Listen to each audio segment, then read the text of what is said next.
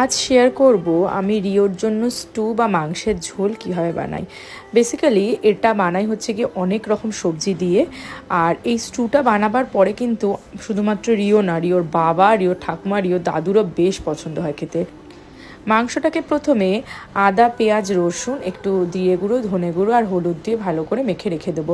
আর কড়াইতে ঘি বা মাখন, এখানে আমি ঘি ইউজ করছি, তোমরা মাখনও ইউজ করতে পারো, দিয়ে গোটা গরম মশলার মধ্যে দেবো হচ্ছে গিয়ে ছোটো এলাচ, দারচিনি দিয়ে একটু নাড়াচাড়া করে পেঁয়াজ দিয়ে দেবো। দিয়ে পেঁয়াজটা ভাজা হলে যেরকম যে সবজি তোমরা ইউজ করতে চাইছো, আমি এখানে গাজর, ক্যাপসিকাম নিয়েছি, তারপরে আর যা যা সবজি, পেঁপে নিয়েছি, আলু নিয়েছি, বিনস নিয়েছি, তোমরা তোমাদের যা যা সবজি আছে দিয়ে দেবে।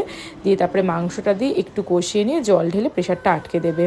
সত্যি কথা বলতে যারা ডায়েট করছো বা যারা হালকা মাংসের ঝোল দিয়ে ভাত খেতে চাও, তারা একবার এই স্টুটা ট্রাই করে দেখো আর আমাকে জানিও কেমন লাগলো তোমাদের।